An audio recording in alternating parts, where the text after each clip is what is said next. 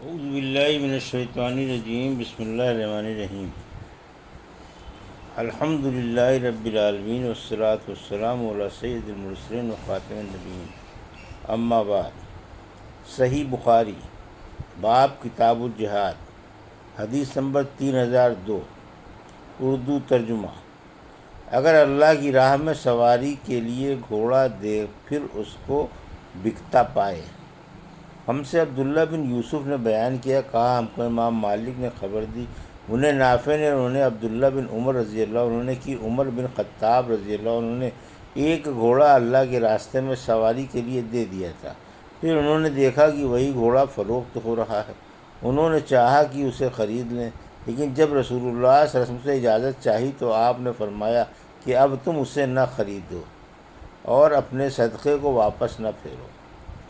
حدیث نمبر 3003، اردو ترجمہ۔ ہم سے اسماعیل بن ابی اویس نے بیان کیا، کہا ہم سے امام مالک رحمۃ اللہ علیہ نے بیان کیا، ان سے یزید بن اسلم نے اور ان سے ان کے والد نے کہ میں نے عمر بن خطاب رضی اللہ عنہ سے سنا، آپ فرما رہے تھے کہ میں نے اللہ کے راستے میں ایک گھوڑا سواری کے لیے دیا اور جس سے دیا تھا وہ اسے بیچنے لگا، یا آپ نے یہ فرمایا تھا کہ اس نے اسے بالکل کمزور کر دیا تھا، اس لیے میرا ارادہ ہوا کہ میں اسے واپس خرید لوں۔ مجھے یہ خیال تھا کہ وہ شخص سستے داموں پر اسے بیچ دے گا۔ میں نے اس کے متعلق نبی کریم صلی اللہ علیہ وسلم سے جب پوچھا تو آپ صلی اللہ علیہ وسلم نے فرمایا کہ اگر وہ گھوڑا تمہیں 1 درہم میں مل جائے پھر بھی اسے نہ خریدنا، کیونکہ اپنے ہی صدقے کو واپس لینے والا اس کتے کی طرح ہے جو اپنی قے خود ہی چاٹتا ہے۔ حدیث نمبر 3004، اردو ترجمہ۔ ماں باپ کی اجازت لے کر جہاد میں جانا۔ ہم سے آدم بن ابی ایاس نے بیان کیا، کہا ہم سے شعبہ نے، کہا ہم سے حبیب بن ابی ثابت نے بیان کیا، کہا کہ میں نے ابو العباس شاعر سے سنا۔ ابو العباس شاعر ہونے کے ساتھ روایت حدیث میں بھی ثقہ اور قابل اعتماد تھے۔ انہوں نے بیان کیا کہ میں نے عبداللہ بن عمر رضی اللہ عنہ سے سنا، آپ بیان کرتے تھے کہ ایک صحابی نبی کریم صلی اللہ علیہ وسلم کی خدمت میں حاضر ہوئے اور آپ صلی اللہ علیہ وسلم سے جہاد میں شرکت کی اجازت چاہی۔ آپ نے ان سے دریافت فرمایا، کیا تمہارے ماں باپ زندہ ہیں؟ انہوں نے کہا جی ہاں۔ آپ صلی اللہ علیہ وسلم نے فرمایا پھر انہی میں جہاد کرو، یعنی ان کو خوش رکھنے کی کوشش کرو۔ حدیث نمبر 3005، اردو ترجمہ۔ اونٹوں کی گردن میں گھنٹی وغیرہ جس سے آواز نکلے لٹکانا کیسا ہے؟ ہم سے عبداللہ بن یوسف نے بیان کیا، کہا ہم سے امام مالک رحمۃ اللہ علیہ نے خبر دی، انہیں عبداللہ بن ابی بکر نے، انہیں عباد بن تمیم نے اور انہیں ابو بشیر انصاری رضی اللہ عنہ نے کہ وہ ایک سفر میں رسول کریم صلی اللہ علیہ وسلم کے ساتھ تھے۔ عبداللہ بن ابی بکر بن حزم راوی حدیث نے کہا کہ میرا خیال ہے ابو بشیر نے کہا کہ لوگ اپنی خوابگاہوں میں تھے کہ رسول اللہ صلی اللہ علیہ وسلم نے اپنا ایک قاصد زید بن حارثہ رضی اللہ عنہ کو یہ اعلان کرنے کے لیے بھیجا کہ جس شخص کے اونٹ کی گردن میں تانت کا گنڈا ہو، یا یوں فرمایا کہ جو گنڈا ہار ہو وہ اسے کاٹ ڈالے۔ حدیث نمبر 3006، اردو ترجمہ۔ ایک شخص اپنا نام مجاہدین میں لکھوا دے، پھر اس کی عورت حج کو جانے لگے یا اور کوئی عذر پیش آئے تو اس کو اجازت دی جا سکتی ہے، جہاد میں نہ جائے۔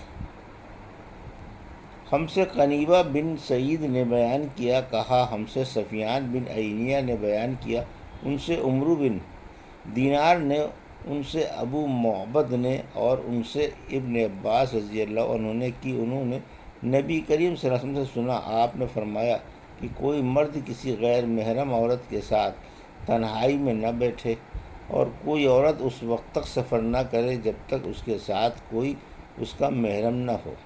اتنے میں ایک صحابی کھڑے ہوئے اور عرض کیا، یا رسول اللہ، میں نے فلاں جہاد میں اپنا نام لکھوا دیا ہے اور ادھر میری بیوی حج کے لیے جا رہی ہے۔ آپ صلی اللہ علیہ وسلم نے فرمایا کہ پھر تو بھی جا اور اپنی بیوی کو حج کرا لا۔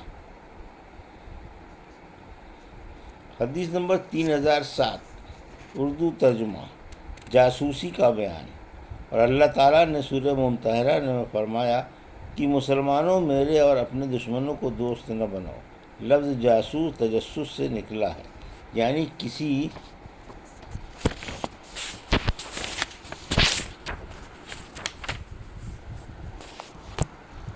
بات کو کھود کر نکالنا۔ ہم سے علی بن عبداللہ نے بیان کیا، کہا ہم سے سفیان بن عینیہ نے بیان کیا، کہا ہم سے عمرو بن دینار نے بیان کیا۔ سفیان نے یہ حدیث عمرو بن دینار سے 2 مرتبہ سنی تھی۔ انہوں نے بیان کیا کہ مجھے حسن بن محمد نے خبر دی، کہا کہ مجھے عبید اللہ بن ابی رافع نے خبر دی، کہا کہ میں نے حضرت علی رضی اللہ عنہ سے سنا، آپ بیان کرتے تھے کہ رسول اللہ صلی اللہ علیہ وسلم نے مجھے اور زبیر اور مقداد بن اسود رضی اللہ عنہ کو ایک مہم پر بھیجا، اور آپ نے فرمایا جب تم لوگ روزہ خاخ جو مدینے سے 12 میل کے فاصلے پر ایک جگہ کا نام ہے پر پہنچ جاؤ تو وہاں ایک بوڑھی عورت تمہیں اونٹ پر سوار ملے گی اور ان کے پاس ایک خط ہوگا، تم لوگ اس سے وہ خط لے لینا۔ ہم روانہ ہوئے اور ہمارے گھوڑے ہمیں تیزی کے ساتھ لیے جا رہے تھے۔ آخر ہم روزہ خاخ پر پہنچ گئے اور وہاں واقعی ایک بوڑھی عورت موجود تھی جو اونٹ پر سوار تھی۔ ہم نے اس سے کہا کہ خط نکال۔ اس نے کہا میرے پاس تو کوئی خط نہیں ہے، لیکن جب ہم نے اسے دھمکی دی کہ اگر تو نے خط نہ نکالا تو تمہارے کپڑے ہم خود اتار دیں گے، اس پر اس نے اپنی گندھی ہوئی چوٹی کے اندر سے خط نکال کر دیا اور ہم اسے رسول اللہ صلی اللہ علیہ وسلم کی خدمت میں لے کر حاضر ہوئے۔ اس کا مضمون یہ تھا، حاطب بن ابی بلتہ کی طرف سے مشرکین مکہ کے چند آدمیوں کی طرف۔ اس میں انہوں نے رسول اللہ صلی اللہ علیہ وسلم کے بعض بھیدوں کی خبر دی تھی۔ آن صلی اللہ علیہ وسلم نے فرمایا اے حاطب یہ کیا واقعہ ہے؟ انہوں نے عرض کیا یا رسول اللہ میرے بارے میں عجلت سے کام نہ لیجیے، میری حیثیت مکے میں یہ تھی کہ قریش کے ساتھ میں نے رہنا سہنا اختیار کر لیا تھا، ان سے رشتہ ناتا میرا کچھ بھی نہ تھا۔ آپ کے ساتھ جو دوسرے مہاجرین ہیں ان کی تو مکے میں سب کی رشتہ داری ہے اور مکے والے اسی وجہ سے ان کے عزیزوں کی اور ان کے مالوں کی حفاظت و حمایت کریں گے، مگر مکے والوں کے ساتھ میرا کوئی نسبی تعلق نہیں ہے، اس لیے میں نے سوچا کہ ان پر کوئی احسان کر دوں جس سے اثر لے کر وہ میرے بھی عزیزوں کی مکے میں حفاظت کریں۔ میں نے یہ کام کفر یا ارتداد کی وجہ سے ہرگز نہیں کیا اور نہ اسلام کے بعد کفر سے خوش ہو کر۔ رسول اللہ صلی اللہ علیہ وسلم نے سن کر فرمایا حاطب نے سچ کہا ہے۔ حضرت عمر رضی اللہ عنہ نے کہا یا رسول اللہ اجازت دیجیے میں اس منافق کا سر اڑا دوں۔ آپ صلی اللہ علیہ وسلم نے فرمایا نہیں، یہ بدر کی لڑائی میں مسلمانوں کے ساتھ مل کر لڑے ہیں، اور تمہیں معلوم نہیں اللہ تعالیٰ مجاہدین بدر کے احوال موت تک کے پہلے ہی سے جانتا تھا، اور وہ خود ہی فرما چکا کہ تم جو چاہو کرو میں تمہیں معاف کر چکا ہوں۔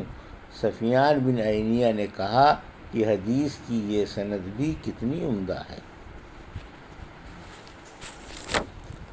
حدیث نمبر 3008 اردو ترجمہ قیدیوں کو کپڑے پہنانا۔ ہم سے عبداللہ بن محمد مسندی نے بیان کیا، کہا ہم سے ابن عینیہ نے بیان کیا، ان سے عمرو بن دینار نے، انہوں نے جابر بن عبداللہ رضی اللہ عنہ سے سنا، انہوں نے بیان کیا کہ بدر کی لڑائی سے قیدی مشرکین مکہ لائے گئے جن میں عباس رضی اللہ عنہ بھی تھے، ان کے بدن پر کوئی کپڑا نہیں تھا۔ نبی کریم صلی اللہ علیہ وسلم نے ان کے لیے قمیص تلاش کروائی، وہ لمبے قد کے تھے، اس لیے عبداللہ بن ابی منافق کی قمیض ہی ان کے بدن پر آ سکی اور آن حضرت صلی اللہ علیہ وسلم نے انہیں وہ قمیض پہنا دی۔ نبی کریم صلی اللہ علیہ وسلم نے عبداللہ بن ابی کی موت کے بعد اپنی قمیض اتار کر اسے پہنائی تھی۔ ابن عینیہ نے کہا کہ نبی کریم صلی اللہ علیہ وسلم پر جو اس کا احسان تھا آن صلی اللہ علیہ وسلم نے چاہا کہ اسے ادا کر دیں۔ یہ تھی صحیح بخاری باب کتاب الجہاد کی حدیث نمبر 3002 سے اور 3008 کا اردو ترجمہ جو ابھی آپ نے سماعت فرمایا۔ اللہ سے دعا ہے کہ اللہ میں حدیثوں کی صحیح سمجھ عطا فرما اور ان پر عمل کرنے کی توفیق عطا فرما، آمین یا رب العالمین۔